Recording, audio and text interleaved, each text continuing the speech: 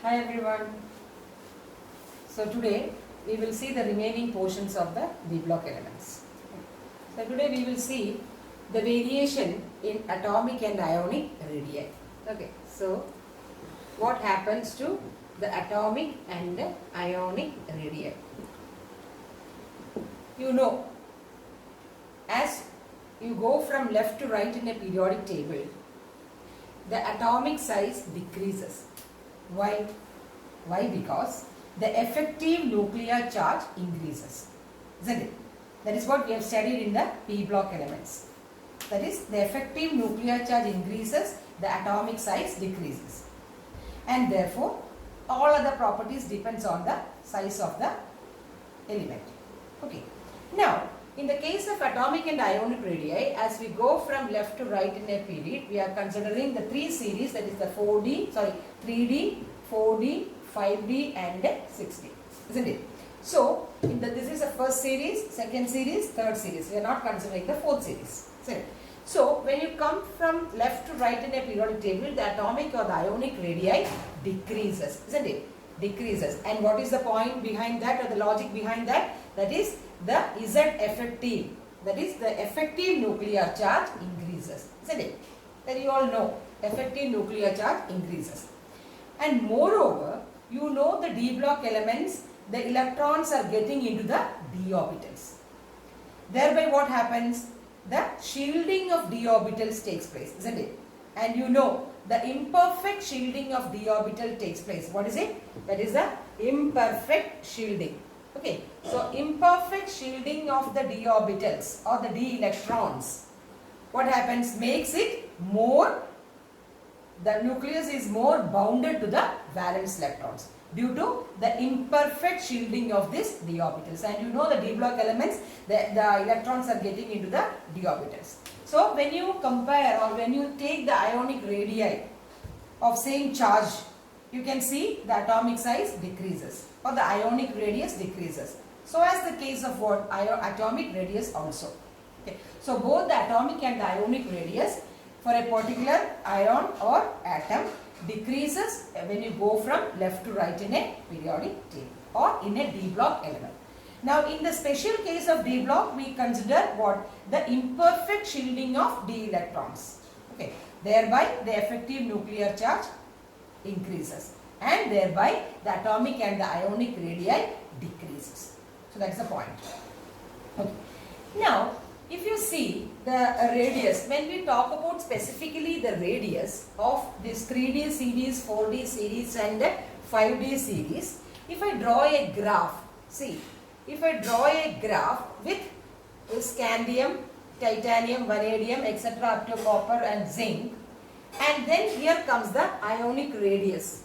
Okay, ionic radius, what happens is, it decreases, okay, and the graph is like this, it decreases, and here what happens, first there is a sudden decreases and then it has a very gradual decrease in the atomic radii. Okay, that is because of the imperfect shielding of the d electrons. Now if I say this is for the 3D series, that is scandium, titanium, vanadium, chromium, manganese, iron, cobalt, nickel, copper, zinc. This is for the 3D series. If I draw a graph with the ionic radius, you will get a parabola like this. Now for the 4D series, what happens? Again what happens? The atomic size, as you go from top to bottom, atomic size increases. So like this, it is having for the 4D series. Okay, 4D series. Now if you say for the 5D series, what happens is, that's an interesting point that, see, the 5D series as well as the 4D series are of the same atomic or ionic radii. This is for the 5D series. See, this is the fact behind the atomic and the ionic radii. So 3D series, there is a normal decrease in the atomic radii or ionic radii. Whereas in the case of 4D series and 5D series, what happens? These two have same ionic or atomic radii. Why? Why? Because see, what happens to this 5D series? In this 5D series, the 4 of electrons are getting into the atom. That means the 4 of electrons or the 4 orbitals or the 4 electrons are getting into the atom, thereby the shielding occurs. So the imperfect shielding of the 4 of electrons, okay, the imperfect shielding of this 4 of electrons makes the size very, very small in that series. So when compared with the series of 5D and 4D, these two series has got the same atomic or ionic radii. For why, you know, here see in the case of this 5D series, after lanthanum, we have said after lanthanum it will go to the lanthanoids, isn't it? The 14 elements where the 4 of electrons of 1 to 14 are filled. If you are remembering that. So the lanthanoids are there, and from actinium again actinoids, isn't it? That is, the 5 of orbitals are filling. So due to the filling of this 4 of orbital, that is what? The penultimate shell, isn't it? So there is an imperfect shielding of these 4 electrons, thereby the decrease in the ionic or the atomic radii is there. And that, since this is lanthanoids, you call it as lanthanoids, you call that to be a lanthanoid contraction. Okay, you have to study in the F block element. That is, it is called as a lanthanoid contraction. That means the 4D and the 5D series are having the same atomic radii due to the filling of the 4 of orbitals in this 5D, isn't it? 4D series. Sorry, 5D series. This is 3D, this is 4D, and this is 5D. Okay. So this is why it is called as a lanthanoid contraction. And that is why zirconium and hafnium has got same atomic radii. I told you in the first class it is named as a twin metals. Okay. So why this is having a same atomic radii means what happens after zirconium, after this lanthanum, and lanthanum is lanthanides from lutetium. After lutetium, zirconium is there. So this is the zirconium and hafnium is having the same atomic radii due to the lanthanoid contraction. Lanthanoid contraction means what? The filling of the f orbitals, and the imperfect shielding of the f orbitals makes the two series, the ionic or the atomic radii, very, very similar. Okay. That apart that we will study in the D block as F block element. Now coming back to the D block element also, the same shielding effect is seen, isn't it? That is, the 3D orbitals, the D electrons are entering into the orbital. So what happens is, when the D orbitals are entering into that atom, or the D electrons are entering into the D orbital, there is imperfect shielding is seen. And you know, the D orbitals, when you compare the f orbitals and d orbitals, what happens? The f orbital electrons have got a greater imperfect shielding than the d orbital. That is the same electrons. One 4 of electron will shield the other 4 of electrons, and in the same way as one d electron shield the other d electron. That is imperfect shielding due to the different sizes in the atomic orbitals. You know, the orbitals has got 5 shapes of this atomic orbital. So due to the shape of this different shapes of this orbital, the imperfect shielding takes place. And you know, the imperfect shielding of f orbital is less than that of the d orbital. That is why in the case of lanthanoids, the atomic radii decreases, and thereby these two has got the same atomic radii. Okay. So the same reason is, or the logic is applicable to 3D also, because in the 3D series, imperfect shielding of the d electrons in the d orbitals, okay, or the electrons in the d orbitals make the atomic size decreases. Okay. So that is about this variation of this atomic and the ionic radius. Okay. And you know, since the atomic mass is increasing, okay, and the atomic radii is decreasing, the density of this increases from scandium to zinc. So density increases. Okay. So density, just for information, the density increases from scandium to titanium. Since the atomic radii decreases and the atomic mass increases from scandium to titanium to vanadium to manganese, the density increases. So that is all about the atomic and the ionic radii. Only the value point is in the 3D series, since the d electrons are getting into the d orbitals, due to the various shapes of the d orbitals, imperfect shielding occurs, thereby the atomic radii decreases from left to right in that d series or transition series, that's all. Okay. Then you will come back again to this lanthanoid contraction in the F block elements. Then there we will see detail. Okay. Next is, so that's all about the atomic and the ionic radii. Okay, that's the graph. Now we will see the trend, the ionization enthalpy. Okay, what about the ionization enthalpy of this d block elements? You know what is an IP? The energy required to remove an electron from a most loosely bounded gaseous neutral atom, isn't it? So here mainly you are considering the ionization, the first ionization, the second ionization and the third ionization energy or enthalpy. Okay.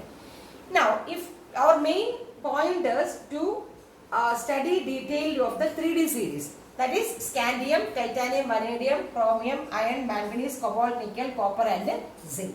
So from scandium to zinc, what happens? You see the size, what happens to size? Size decreases. And what is the logic behind it? The effective nuclear charge increases. Now why the effective nuclear charge increases? Why? Because the d orbital, imperfect shielding of the d orbital. See how these logics are connected? So the size decreases from scandium to zinc, isn't it? Now, when the size decreases, what happens to this IP or ionization energy? It is very difficult to get away an electron from a small atom. So, IP, what happens? IP increases, isn't it? IP increases. The same logic. Why IP increases? Because the size decreases. So, it is very difficult to get away an electron from a small atom rather than a bigger atom. So, the trend is from left to right in the transition D series, the atomic size decreases, and you know the logic behind that. Now, since the IP decreases, as far as IP is concerned, there is not a very effective increase in IP, which means there is not a gradual increase in IP. There is an irregular trend, which I mean is the magnitude is not very big when you compare the IP.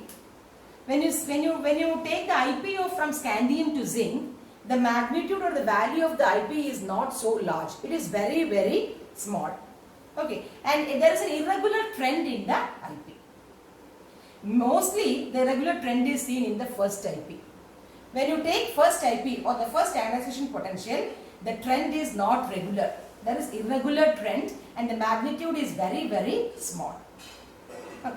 Now, I will say one more point, which means, you have 3D1, 4s2, okay, then we will write chromium, that is 3D5, 4s1, just the exceptional case, then copper, that is 3D10, 4s1 and zinc is 3D10, 4s2. Okay, other elements you can count for that. Okay.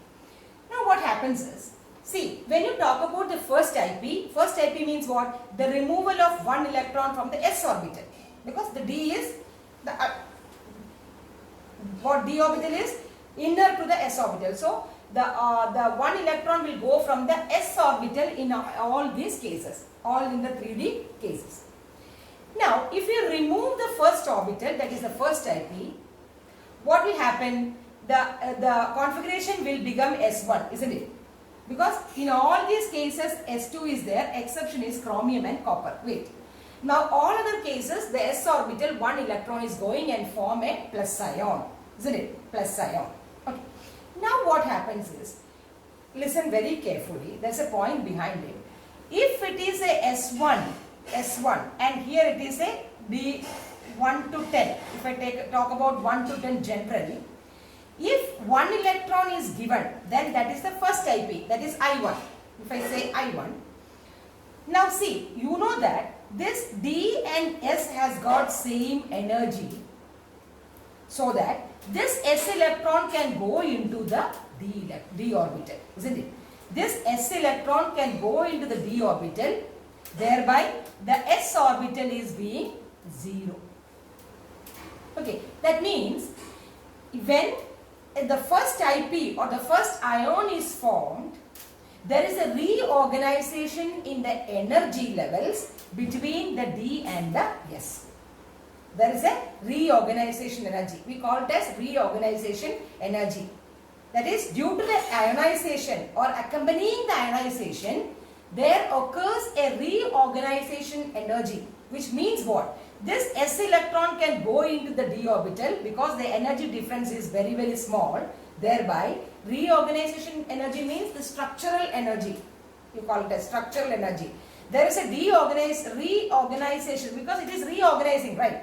If one electron is going, only one electron, it can enter into the d orbital because the energy level is same.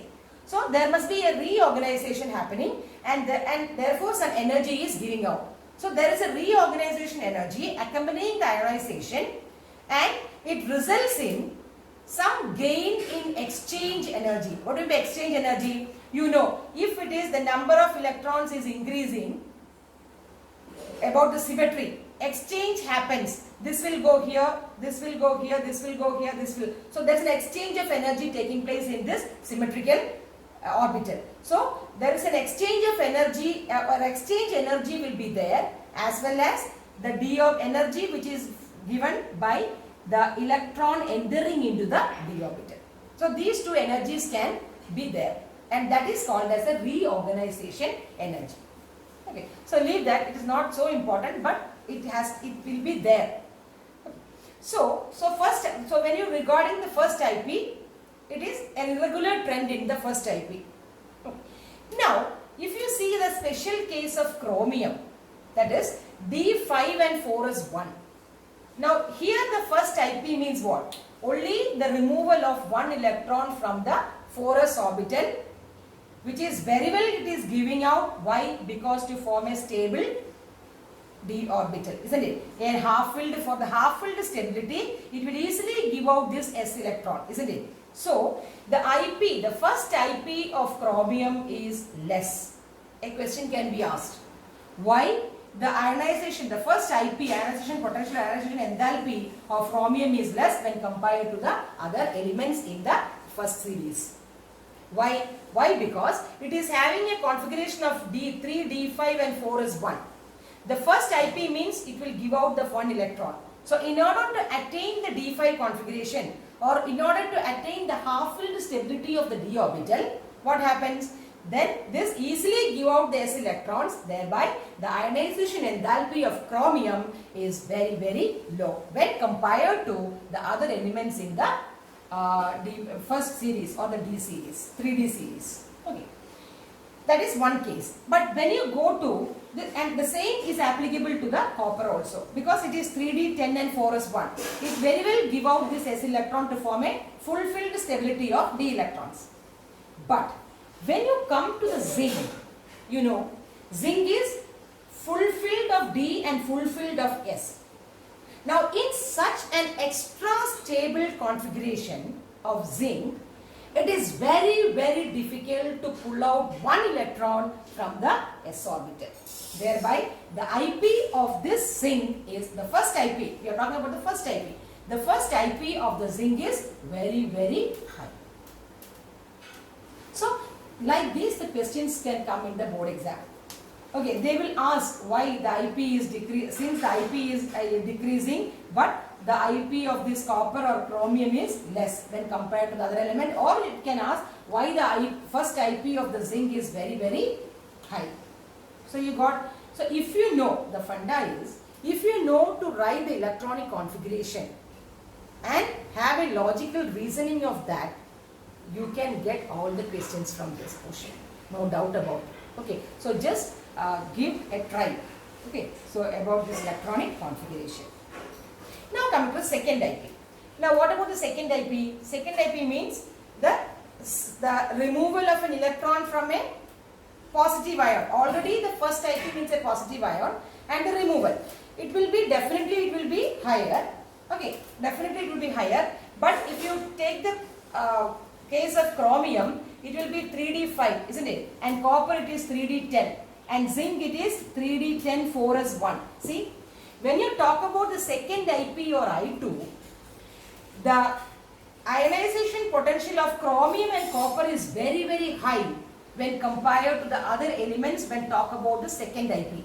Why? Because when second IP is considered the removal of a second electron. But in this case, it is a half-filled stable and a full-filled stable. So, an electron removal is very, very difficult in these two cases. Thereby, the IP is very, very high.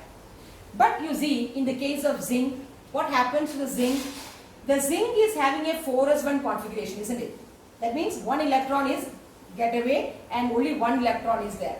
Now the second IP of this zinc is very less when compared to the other elements. Why? It will give off these s electrons and form a full filled orbital.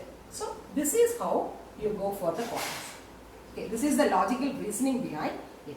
So just get the configuration correctly and then go for the question. So that's how you are getting into that D block answers. Okay. So every answer you can get by having this configuration. Okay. Now how it will configure or how it will get away with that, or what is there any stability there? Is there any half-filled stability or a full-filled stability? So what is there behind the result? So just like that. Okay. So that is about the second IP. Now when comparing to third IP, you know, third IP means all the electrons must go from the d orbitals. So definitely what? It will be very, very high.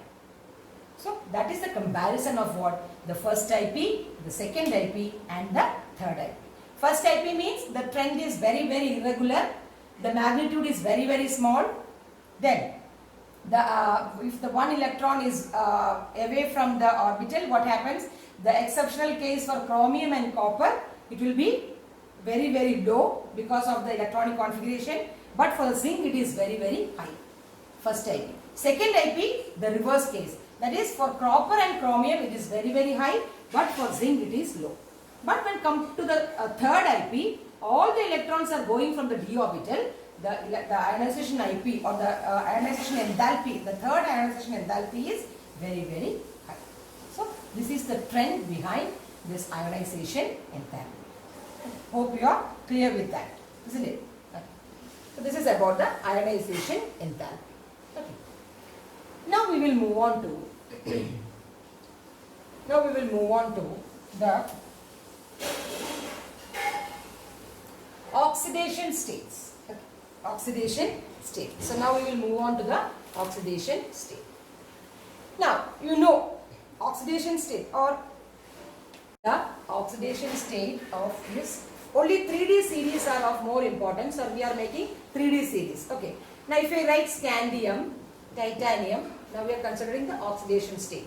So you know one of the characteristics of D block element is it will show more than one oxidation state or variable oxidation state. Why? Because of the unpaired d orbitals, isn't it? The unfilled d orbitals are there. So scandium, titanium, vanadium, chromium, manganese, iron, cobalt, nickel, triads, iron, cobalt, nickel, copper, zinc. So this is the 3D series. Okay. Now when oxidation states are compared, just refer to your textbook, there is a table there. The scandium is of +3. Okay. Titanium is +2, +3 and +4. Okay. Vanadium is +2, +3, +4 and +5. Okay. Chromium is +2, +3, +4, +5 and +6. Manganese is +2, +3, +4, +5, +6 and +7. See the variable oxidation state in the manganese. Up to 7 it can go, the oxidation state. That is why transition states have got a variable oxidation state. Thereby it forms complexes. It can act as complexes. It can act as a catalyst. Isn't it? So many properties are there. It forms interstitial compounds. Okay. Then iron is +2, +3. Then +2 and +3. Cobalt is +2, +3. Nickel is +2. Copper is +1. Iron, zinc is +2. Okay. So these are the common oxidation state, out of which the manganese has got the highest number of oxidation states. Okay.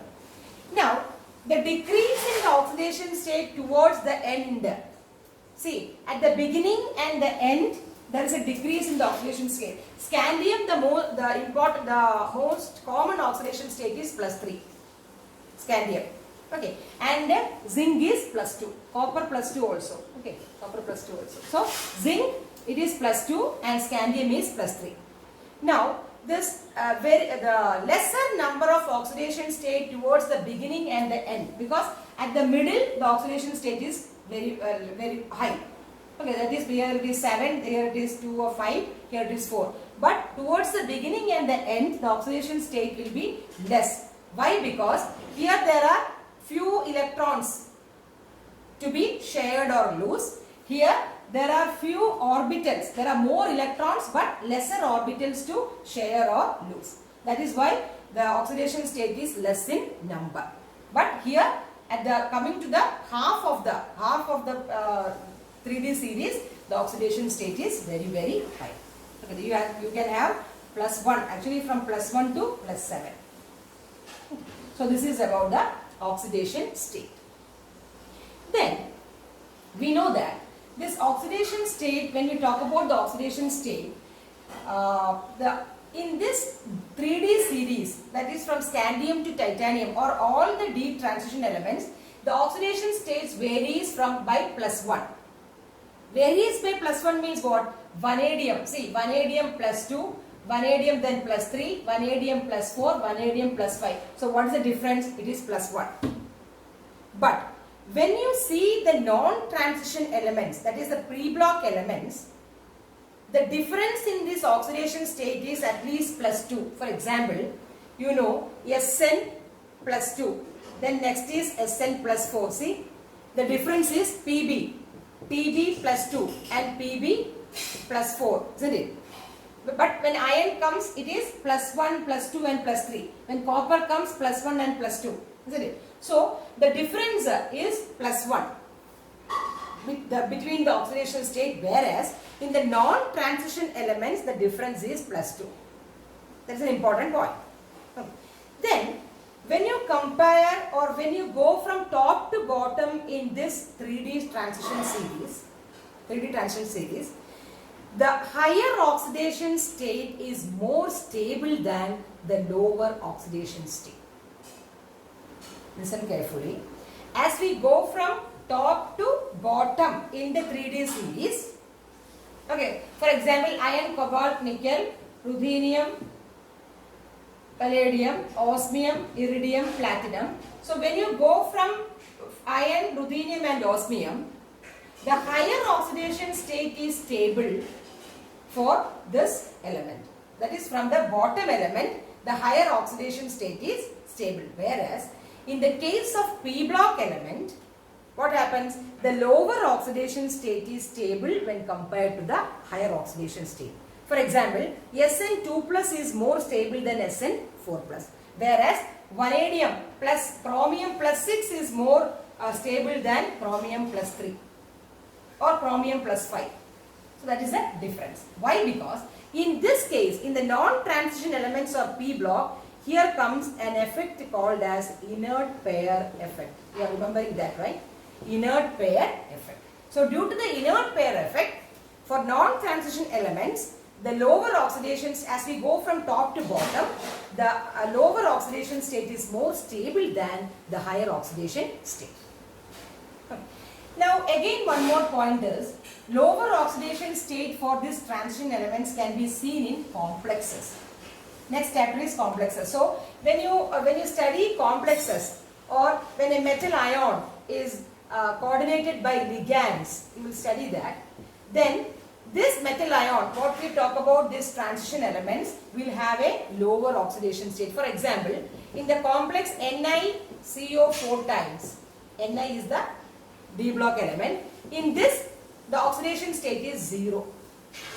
See, but we can have even 0 oxidation state. See, the number of variety of this oxidation state. So that is why it is called as variable oxidation state. Even the transition metals has got an oxidation number of 0 when it forms complexes with ligands. Okay. So this is about the oxidation state of this transition metals. Okay. It can have both higher oxidation state as well as the lower oxidation state. So that's all about the oxidation state. Okay, just read through it. It's very easy. Now we will see the trend of, hope you understood, right? Oxidation state, simple. No. Yeah, you just go to the table, what all oxidation states are there. Okay. Now we will see the trend. This is important. That is the trend of M2 plus or M electrode potential. The trend of standard electrode potential for an M2 plus slash M. Now what do you mean by this M2 plus slash M? What do you mean by that? M2 plus slash M means, you know, the M2 plus ion is being converted into M. These are all you consider the standard electrode potential in solution. Please remember that. Okay. We are talking about in solution. Okay. Now, M2 plus ion to M. The standard reduction potential is written as M2 plus ion slash M. Now what happens is, the meaning of this is M2 plus ion is getting converted into M.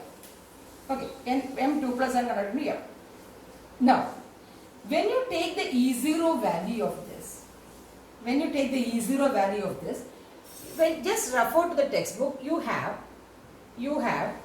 a graph plotting the elements from scandium to zinc, okay, and the electrode potential. Okay, here the electrode potential minus value, here is the plus value.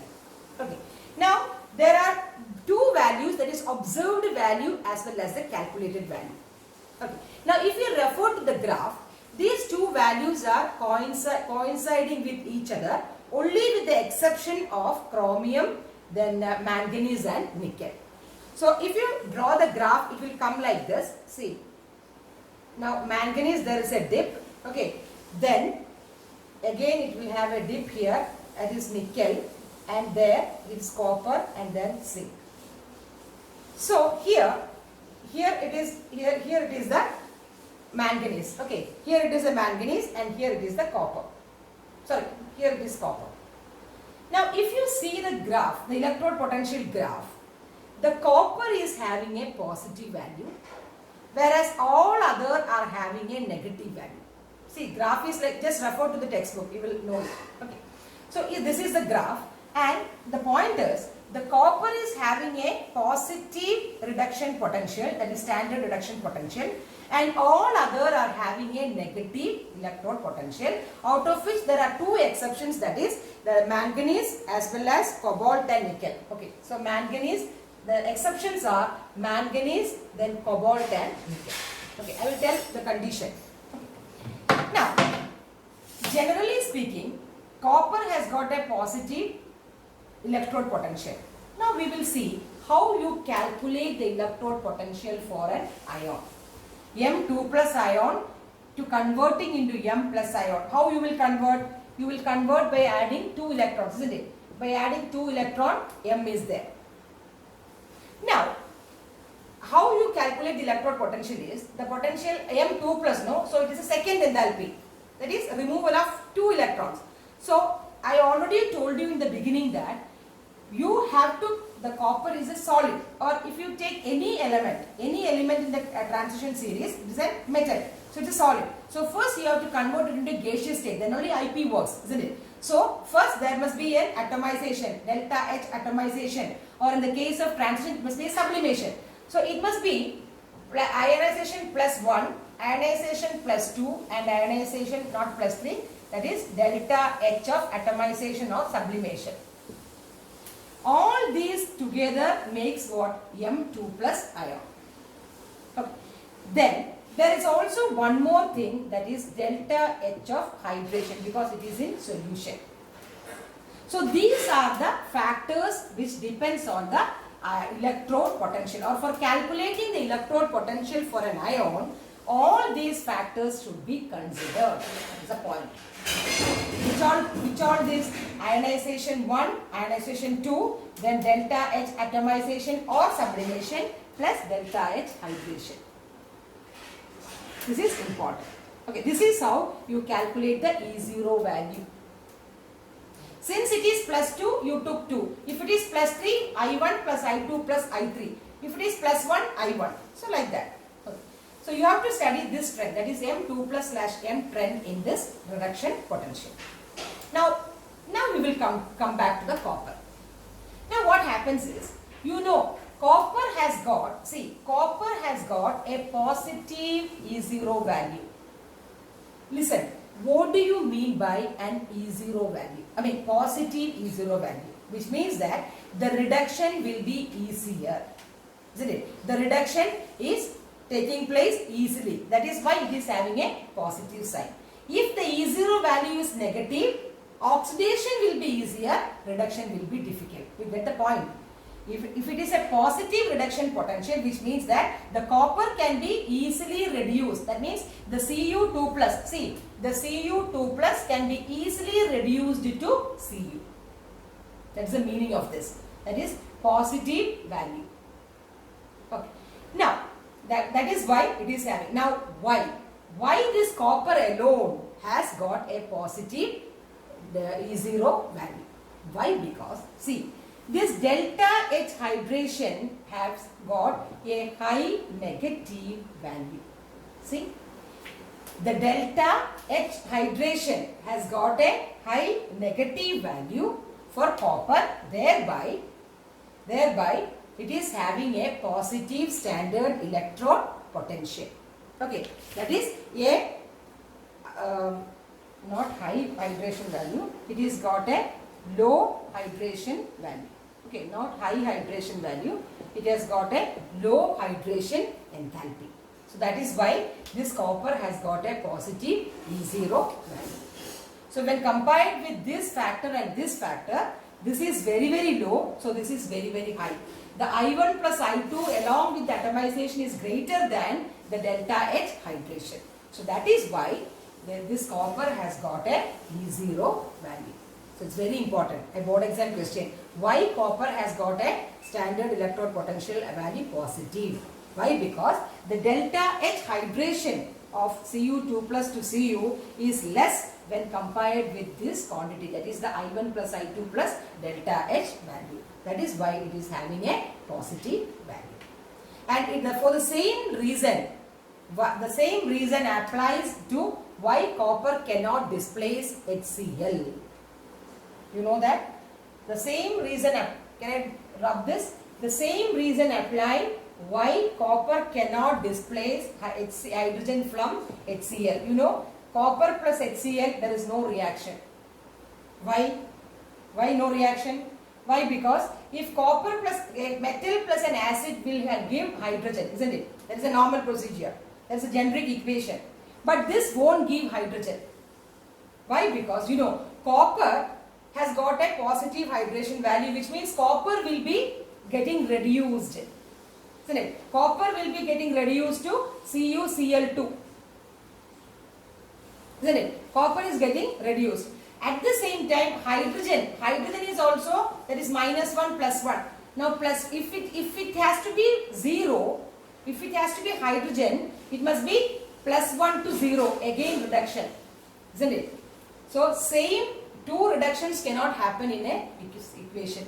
So that is why this copper cannot replace this hydrogen, because copper is below the hydrogen in the electrochemical series. If you know, hydrogen is 0 and then copper is positive like that. So that is why the reaction does not happen.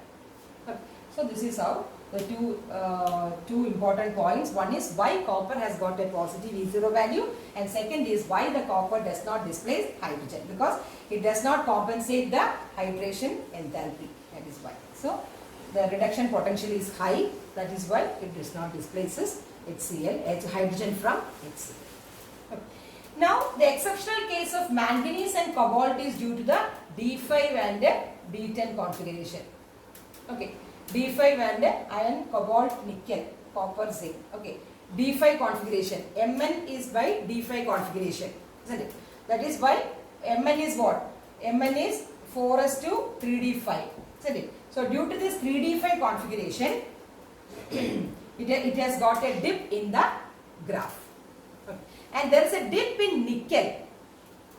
If you see the graph, there is again a dip. The negative value will again be less. Okay, why? Because the nickel is having a high negative hydration enthalpy. Just the point to be noted. Okay, just the point to be noted is high negative hydration enthalpy. Okay, So these are all about the trends in M2 plus / M ion. The same logic can be applied to M3 plus / M ion. What is M3 plus / M ion, isn't it? M3 plus / M ion, the same logic can be applied M3 plus / M2 plus. Okay, so this is, that means one more electron is removed and form M3 plus ion. The same logic, you go for the electronic configuration and we will see the stability of the configuration. Now in this M2 plus / M, the trend, the value from scandium to zinc, it is coming as less negative because scandium, titanium is having more negative value, but when coming to zinc, it will have a less negative value. That is because the increasing in the +1 and +2 ionization enthalpies. So just go through it. So that's all about the trends. So next class we will see the next portion, that is the stability of higher oxidation state. Okay. So till then go thoroughly read it, because sometimes you will get confused about this electrode potential and all. So just go through it, and any doubt just call me. That's it. So next session we will have the next one. Thank you.